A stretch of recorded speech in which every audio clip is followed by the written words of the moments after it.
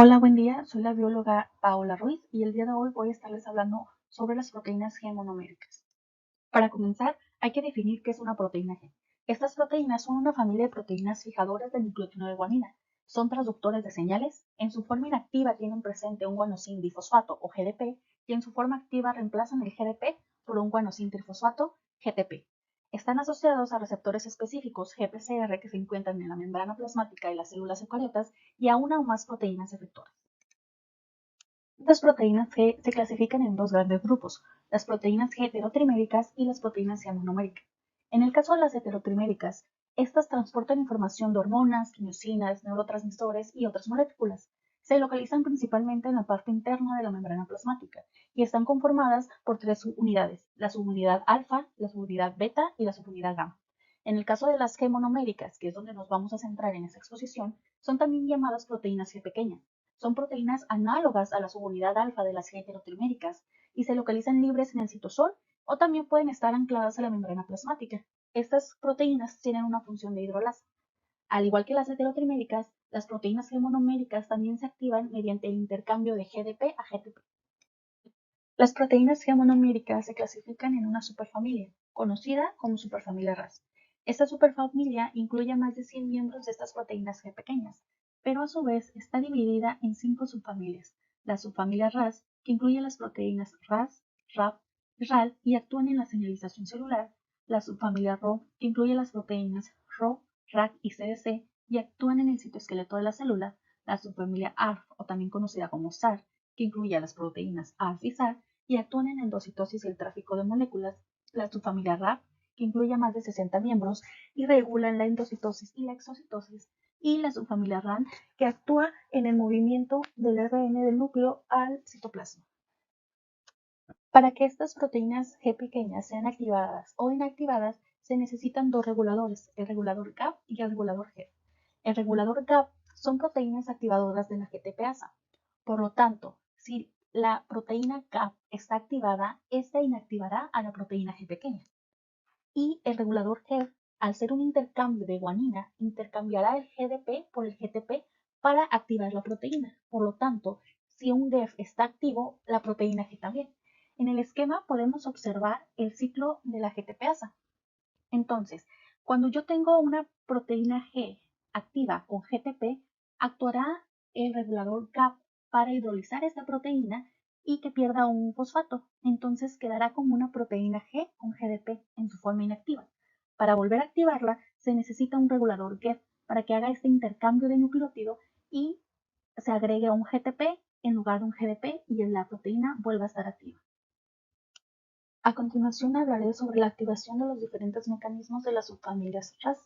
La primera es la subfamilia Ras y esta subfamilia está involucrada en la transcripción de genes que involucran el crecimiento y la división celular mediante tirosina quinasa, también la síntesis de proteínas y la inhibición de apoptosis. En la imagen que se muestra en esta diapositiva podemos observar todo el esquema de activación de la proteína Ras. Primero, en la membrana plasmática de las células eucariotes tenemos un receptor tirosina quinasa. En esta figura se encuentra en su estado inactivo, pero al llegar un ligando específico para este receptor, el receptor tirosina quinasa estará activo. Este a su vez se unirá a la proteína GRB2, que es una proteína unida al factor de crecimiento 2, y esta a su vez se unirá a SOS, que es una molécula que intercambia el GDP por el GTP, o sea que actúa como un GEF para poder activar la proteína RAS. Una vez que la proteína RAS se encuentra activa por el GEF, este desencadenará una cascada de señales con RAF, con MEC, que son las MAP quinasas que actúan como segundos mensajeros, y también con RK. RK entrará al núcleo de la célula y desencadenará la activación de LK1. LK1 es un factor de transcripción. Este activará la transcripción génica y la expresión génica dentro del núcleo celular, por lo que la proteína RAS está involucrada en la señalización celular, la migración celular y la especificidad y diferenciación de las células mediante la proteína quinasa. La subfamilia Rho. Esta subfamilia actúa en la reorganización del citoesqueleto por la proteína quinasa. También actúa en la migración celular, la expresión génica, la citogénesis y la transcripción génica. En la imagen podemos observar el mecanismo de activación de la familia Rho. una vez que se encuentra activa por diferentes procesos, como lo es por la subunidad alfa, subunidad Q y subunidad alfa 12, que producen segundos mensajeros como PKC, TK y AMP cíclico, se activarán los GEF para RO y la activarán, pero también puede ser activada por la subunidad 13, que desencadena una señal para la proteína P115, que actuará como un GEF para RO. Una vez que RO se encuentra activa con GTP, esta pasará a llamarse roquinasa. Esta roquinasa está involucrada en diferentes procesos, como pues, la síntesis del DNA, la expresión génica, la actina en el citoesqueleto y la migración y adhesión celular. Un fallo en este mecanismo de activación puede desencadenar enfermedades muy graves. Por ejemplo, roquinasa actúa sobre MLC-P, que es una miosina fosfatasa. Esta es una enzima que en el tejido muscular liso inicia un proceso de desfosforilación para que las células musculares puedan relajarse. Entonces, deshace el proceso de contracción muscular. Si este proceso no se lleva a cabo de manera adecuada, una persona o un ser vivo con células eucariontes puede tener asma, hipertensión, disfunción eréctil, enfermedades cardiovasculares, hipertropía o puede tener desgarres en el músculo liso de las células. La subfamilia ARF o SAR1. Esta familia participa en el movimiento de vesículas intracelulares y también la activación de fosfolipasa D. Esta fosfolipasa es una molécula clave en el metabolismo lipídico y en la generación de segundos mensajeros que controlan el crecimiento celular. Al igual que todas las proteínas gemonoméricas, ARF se activará mediante el intercambio de GDP a GTP por los reguladores GEF y GAP. Un claro ejemplo de la activación de ARF es la toxina de Vibrio cólera. Una vez que la toxina de Vibrio cólera llega a la membrana plasmática de los endocitos, esta es fagocitada.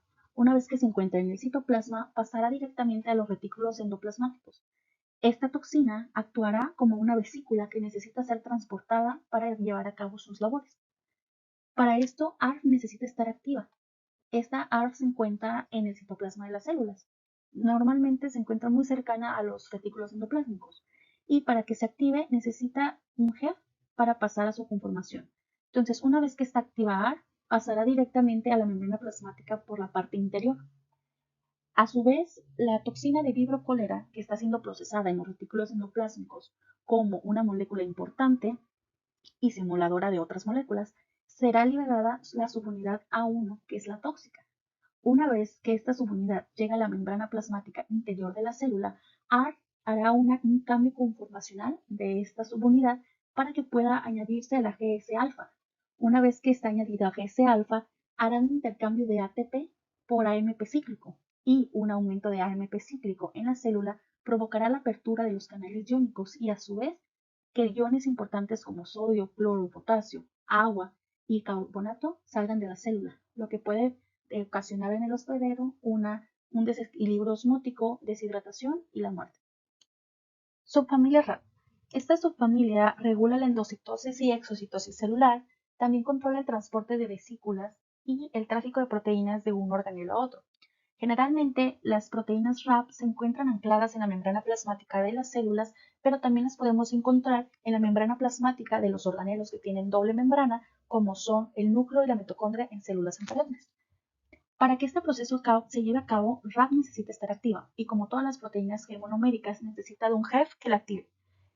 Esto llevará a cabo un proceso de una membrana donadora, ya sea de proteínas, enzimas o de iones que necesite otra célula para que haya una comunicación celular. RAP actuará y llevará esas proteínas a otra. Entonces, la membrana a la que RAP lleva esas proteínas se le conoce como membrana receptor o membrana receptor. La subfamilia RAN regula activamente el transporte de ARN y proteínas del núcleo al citoplasma. Generalmente se localizan en la membrana plasmática del núcleo y llevan a cabo todo lo que es un transporte de proteínas y el ARN que está en el núcleo por medio de la importación y exportación, donde se involucran proteínas como NLS y las importinas. Para concluir, recordemos que las proteínas gemonoméricas son análogas a la subunidad alfa de las G heteroteriméricas, se activan por GTP, tienen reguladores GAP y GEF que la activan e inactivan, hay una superfamilia RAS y 5 subfamilias importantes y tienen demasiados mecanismos de regulación, migración, transcripción y otros. Gracias.